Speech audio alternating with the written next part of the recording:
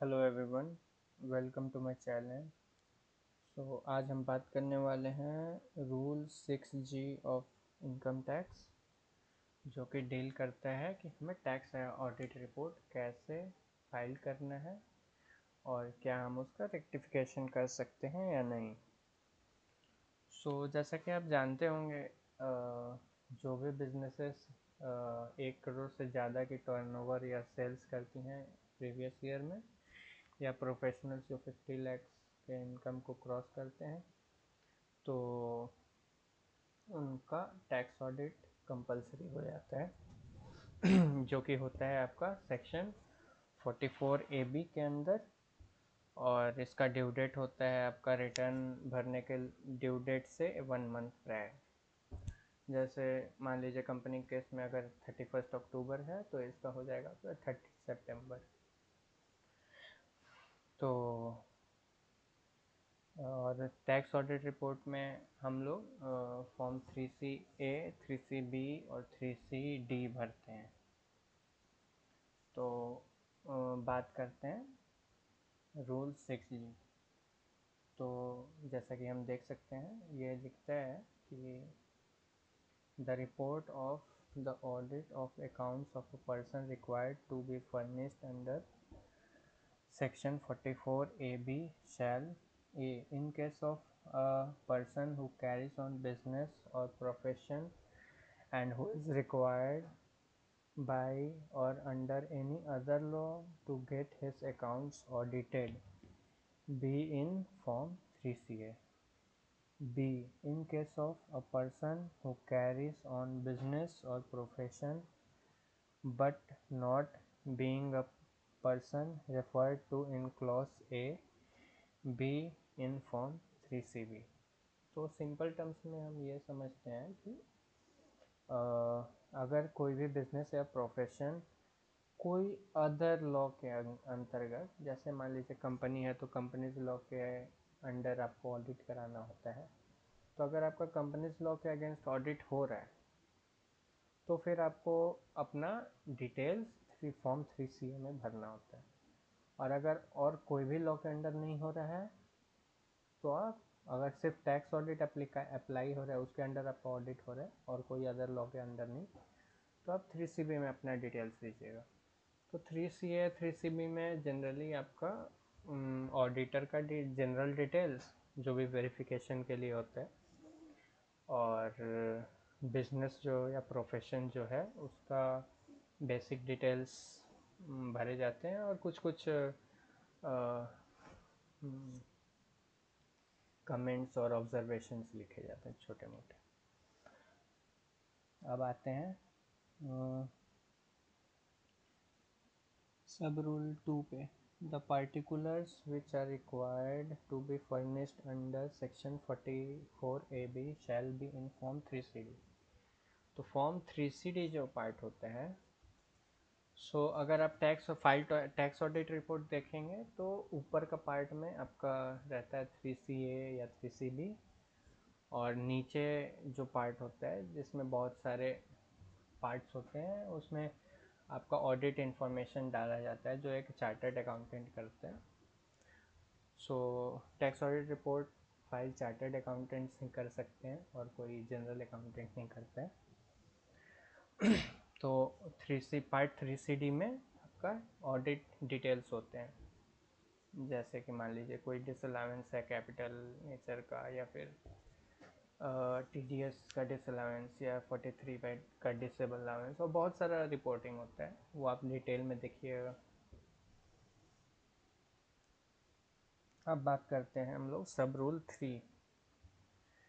The report of audit furnished under this rule may be revised by the person by getting revised report of audit from an accountant duly signed and verified by such accountant and furnished it before the end of the relevant assessment year for which the report pertains।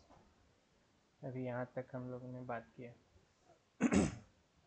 तो इसका मतलब होता है कि हम लोग revise कर सकते हैं अगर टैक्स ऑडिट रिपोर्ट फाइल भी हो चुकी है तो। रिवाइज अगेन चार्टर्ड अकाउंटेंट करेगा। यहाँ पे अकाउंटेंट लिखा हुआ है तो उससे मत सोचिएगा कि वो जनरल कोई भी कर सकता है, नहीं, एक चार्टर्ड अकाउंटेंट ही चाहिए।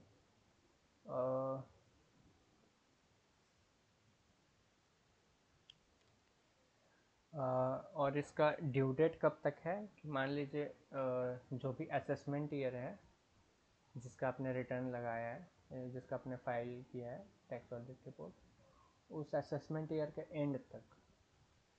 तो मान लीजिए अभी फाइल हो चुका है असेसमेंट ईयर 24-25 का, तो 24-25 का असेसमेंट 24-25 का एंड डेट होता है आपका 31 मार्च 2025। तो ये आपका ड्यू डेट होगा। आपका असेसमेंट ईयर 24-25 का अगर टैक्स ऑडिट रिपोर्ट रिवाइज करना है तो आप 31 मार्च 2025 तक ही करा पाइएगा।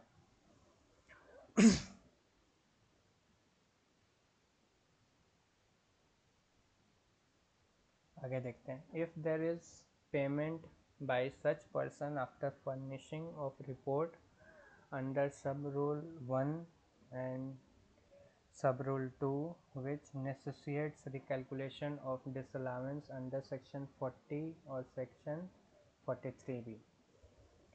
तो ये उसी केस में रिवाइज हो सकता है जहाँ पे हमने मान लीजिए सेक्शन 40 और सेक्शन 43B के अंडर कोई पेमेंट्स किए हों। तो फॉर एग्ज़ाम्पल अब आपको एक मतलब सिंपल टर्म्स में समझाता हूँ। क्या हुआ कि मान लीजिए आपका टैक्स ऑडिट रिपोर्ट फाइल हो गया, आपका कंपनी है, कंपनी को 31 अक्टूबर तक फाइल करना था, टैक्स ऑडिट रिपोर्ट आपका फाइल हो गया 30 सितंबर तक। अब 30 सितंबर तक का जितना पेमेंट किया हुआ था, मान लीजिए 43B के पे मतलब जो भी प्रोविजंस होते हैं उसके अगेंस्ट, तो जो भी अमाउंट पे किया हुआ था, मान लीजिए फॉर एग्ज़ाम्पल ग्रेचुइटी का प्रोविज़न किया गया था 100 रुपया बुक्स में। अब उसमें से मान लीजिए 50 रुपये का पेमेंट हो गया है, तो हम लोगों ने टैक्स ऑडिट रिपोर्ट में 30 सितंबर की दिखा दी कि 50 रुपया पेड एंड 50 रुपया नॉट पेड, दो पार्ट्स में दिखाए जाते हैं। क्लॉज 26 होता है उसमें आपका दिख जाएगा। तो आपका मान लीजिए आपने फ़ाइल तो कर लिया, लेकिन 1 महीना का जो गैप था उसमें कंपनी ने क्या किया कि उसके अगेंस्ट में पेमेंट कर दिया आपका रिटर्न से पहले ही, मान लीजिए और 10 रुपये। तो अब क्योंकि जो नॉन पेड लाइबिलिटी था 50 रुपये का, वो तो डिसअलाउ हो जाती पूरी, जो कि हम लोग कंप्यूटेशन में डिसअलाउ करते हैं।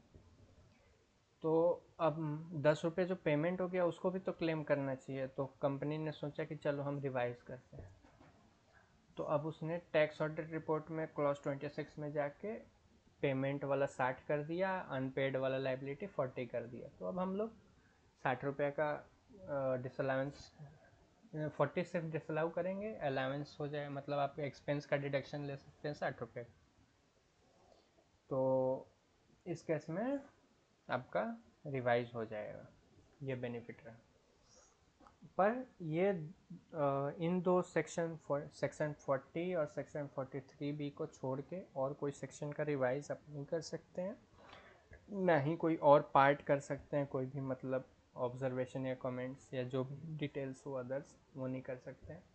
बस इन्हीं दो सेक्शंस में कोई पेमेंट हुआ हो तो वो आप दिखा सकते हैं रिवाइज करके। ड्यू डेट मैंने बता ही दिया कि असेसमेंट ईयर के लास्ट तक होता है। सो आज इतना ही, और नेक्स्ट वीडियो के लिए आप कमेंट कर सकते हैं कि कौन से सेक्शन के बारे में आप जानना चाहते हैं। मैं ज़रूर पूरी कोशिश करूँगा कि आपको उस सेक्शन के बारे में एक वीडियो दे के उसका इन्फॉर्मेशन आपको इजी लैंग्वेज में आपको समझा पाऊँ। Thank you.